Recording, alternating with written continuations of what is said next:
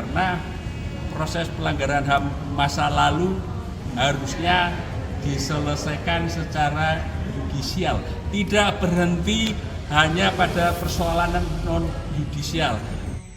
Dibongkar, ternyata alasan Wowo gabung Jokowi karena takut dipenjarakan. Bocor informasi harusnya Situa Gemoy sudah masuk penjara karena tersangka 98. Saya tidak ingin terjebak kepada perdebatan istilah. Ya. Saya tidak ingin saling mengotot hanya mempermasalahkan istilah dengan hormat atau tidak dengan hormat, diberhentikan atau dipecat. Halo, selamat datang di channel Redaksi Jurnal bersama JJ. Pengamat kebijakan publik Gigin Praginanto mengungkapkan bahwa Ketua Umum Partai Gerindra Prabowo Subianto akan masuk penjara jika tidak bergabung dengan pemerintahan Presiden Jokowi pada 2019. Pasalnya, Prabowo diduga terlibat dalam kasus penculikan aktivis pro-demokrasi di era 98 dan ini kemungkinan yang digunakan Jokowi untuk membuatnya bergabung dalam Kabinet Indonesia Maju. Hal ini disampaikannya menanggapi Wakil Ketua Dewan Pembina Gerindra, Hasim Joyo Hadikusumo, yang mengatakan Indonesia bisa rusuh dan perang saudara jika Prabowo tidak bergabung pada pemerintahan Jokowi di 2019. Adik kandung Prabowo itu menyebut Indonesia bisa bernasib sama seperti Yaman, Suriah, Libya, dan Irak. Bahkan di Sudan juga terjadi peperangan karena ego dua jenderal. Egonya tinggi, maka ratusan ribu rakyatnya menderita, hilang rumahnya, hilang nyawanya, dan banyak juga cacat karena perang. Jika diperhatikan itu hanyalah alasan Hasim saja. Benar kata Gigin bahwa Prabowo masuk Kabinet Jokowi hanya ingin menyelamatkan diri dari penjara akibat pelanggaran HAM dan terlibat dalam kasus penculikan aktivis pro-demokrasi di era 98. Jika saja untuk kasus pelanggaran HAM berat tersebut Prabowo dibawa ke pengadilan umum, misalnya tak menutup kemungkinan Prabowo akan dihukum mati. Sejumlah 34 dokumen rahasia Amerika Serikat mengungkapkan rentetan laporan pada masa pra-reformasi. Salah satu isinya menyebutkan bahwa Prabowo memerintahkan Kopassus untuk menghilangkan secara paksa sejumlah aktivis 98, serta adanya perpecahan di tubuh militer. Dokumen yang berisi berbagai jenis laporan kejadian dari Agustus 97 sampai Mei 98 sampai Mei 99 ini dirilis ke publik oleh Lembaga Arsip Keamanan Nasional. Sebagian isinya merupakan percakapan staf kedutaan AS di Jakarta dengan pejabat-pejabat Indonesia, serta laporan para diplomat tentang situasi Indonesia saat itu. Ada juga telegram berisi percakapan antara asisten Menteri Luar Negeri AS Stanley Roth dengan Komandan Kopassus Mayor Jenderal Prabowo Subianto. Penghilangan itu diperintahkan Prabowo yang mengikuti perintah dari Presiden Soeharto.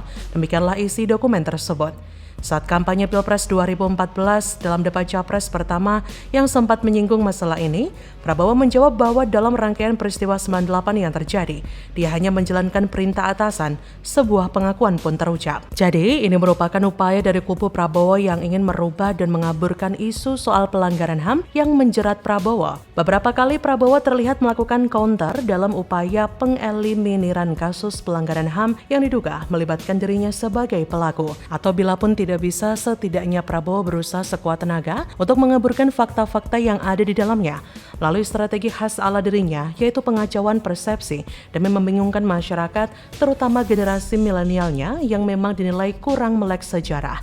Namun sepertinya semua itu tak lebih sekedar wacana dan retorika belaka, karena besar dugaan Prabowo akan selalu langsung keringat dingin setiap kali isu-isu pelanggaran HAM tersebut mencuat.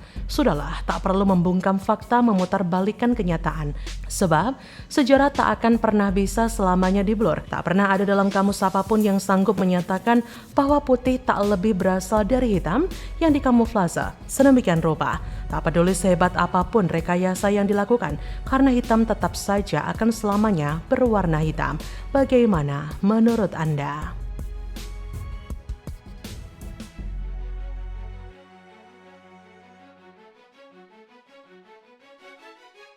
Nanti uangnya dikasih di Singapura atau di Hong Kong atau di mana?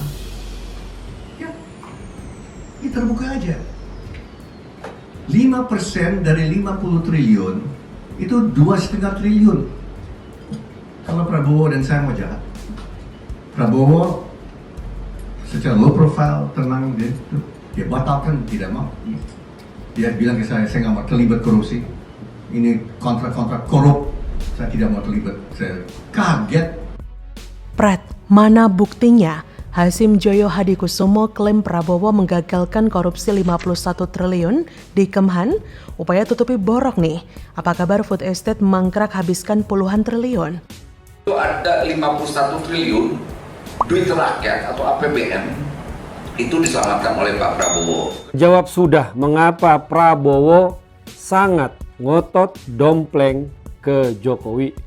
Prabowo juga mau jadikan Jokowi sebagai tameng atas kegagalan kinerjanya. Halo, selamat datang di channel Redaksi Jurnal bersama JJ. Wakil Ketua Dewan Pembina Partai Gerindra, Hasim Joyo Hadikusumo, menceritakan Presiden Jokowi kaget saat menerima laporan adanya korupsi yang dilaporkan Menhan Prabowo di Kemhan. Hasim mengatakan Prabowo telah membatalkan kontrak dengan potensi korupsi dengan nilai 51 triliun. Hasim lalu menceritakan peristiwa korupsi yang terjadi di Kemhan. Ia mengatakan di awal kepengurusan Prabowo menjadi Menhan, di mejanya telah tersedia kontrak 51 triliun yang telah tersedia di mejanya. Dalam kontrak yang ada di meja Prabowo, terdapat markup yang mencapai 1.250%. Harga senjata yang awalnya $800 di markup menjadi $10.800. Lebih lanjut, Hasim lalu menyinggung para koruptor di Indonesia yang sudah melampaui batas normalnya. Ia pun bangga akan aksi sang kakak yang berani membatalkan semua kontrak yang ada di mejanya yang mencapai 51 triliun. Kemudian, Hasim menyebutkan Prabowo bisa saja mengambil 1-2% uang itu yang telah mencapai nominal miliaran rupiah. Tapi ia bersaksi bahwa sang kakak telah menyelamatkan uang rakyat Indonesia dari para tangan koruptor. Memang Prabowo bisa berdalih bahwa ia tak terlibat dan membongkar dugaan anggaran dana yang berpotensi korupsi. Tapi apakah proyek yang lain bisa diakali untuk menyelamatkan diri? Seperti halnya proyek food estate seluas 178 hektar di Kabupaten Kapuas dan Kabupaten Pulau Pisang, Kalimantan Tengah yang dipimpin oleh Prabowo. Dalam proyek ini Prabowo akan bersinergi dengan Kementerian PUPR, Kementerian Pertanian, Kementerian LHK, dan Kementerian BUMN. Proyek ini merupakan proyek pengembangan lumbung pangan nasional yang bertujuan untuk memperkuat ketahanan pangan nasional yang juga merupakan bagian dari cadangan logistik strategis pertahanan negara untuk mencegah kekurangan pasokan pangan dalam negeri. Penunjukan Kementerian Pertahanan sebagai leading sektor proyek ini menuai pro kontra dari berbagai pihak. Wakil Ketua Komisi 4 DPR dari fraksi PKB Daniel Johan menilai bahwa proyek ini akan lebih efektif jika dipimpin oleh Kementerian Pertanian karena infrastruktur dan birokrasi lebih terkait mengenai pertanian. Pengamat politik dari Universitas Al-Azhar Indonesia, Ujang Komarudin, juga menyesalkan penunjukan Prabowo karena proyek ini seharusnya tidak diberikan kepada menteri yang tidak ada hubungannya tentang persoalan pangan. Yang kemudian menjadi sorotan publik bukan lagi soal pro kontra penunjukan Menteri Pertahanan untuk mengurusi masalah pangan, tapi soal realisasi dari program tersebut yang kemudian memunculkan kontroversi karena ditemukan kejanggalan-kejanggalan. Salah satu yang dinilai sebagai kejanggalan adalah kebijakan Kemenhan yang membentuk suatu badan atau lembaga bernama PT Agroindustri Nasional Agrinas yang berada langsung di bawah Yayasan Kesejahteraan Pendidikan dan Perumahan Kementerian Pertahanan RI. Dilihat dari sudut pandang manajemen dan pertanggungjawaban penyelenggara negara, keberadaan sebuah perusahaan pangan di bawah Kemenhan patut dipertanyakan. Peran, fungsi, dan tugasnya yang mirip dengan beberapa perusahaan pangan BUMN rawan tumpang tindih. Isu akuntabilitas dan transparansi menjadi krusial karena PT Agrinas berada di bawah yayasan yang seharusnya bersifat non-profit. Satu hal yang membuat saya syok adalah ketika mengetahui jika di balik orang-orang yang menjalankan PT Agrinas adalah kroni-kroni Prabowo yang saat ini juga menghuni Partai Gerindra. Mengetahui kebenaran seperti ini membuat jalan pikiran saya berkecamuk. Saya tak habis pikir, jika Prabowo senekat ini demi memperkaya diri melalui bagi-bagi proyeknya ke kawan-kawannya yang lain. Jika ini masalah uang, apakah gaji para pejabat yang bertindak curang seperti kroni Prabowo tadi masih kurang? Jika memang masih kurang, berarti mereka tidak bersyukur atas nikmat yang diberikan Tuhan kepadanya. Hanya demi uang dan kekuasaan, sampai hati kalian merusak lingkungan yang teramat kami cintai lewat tanaman singkong yang katanya menjanjikan. Bagaimana menurut Anda?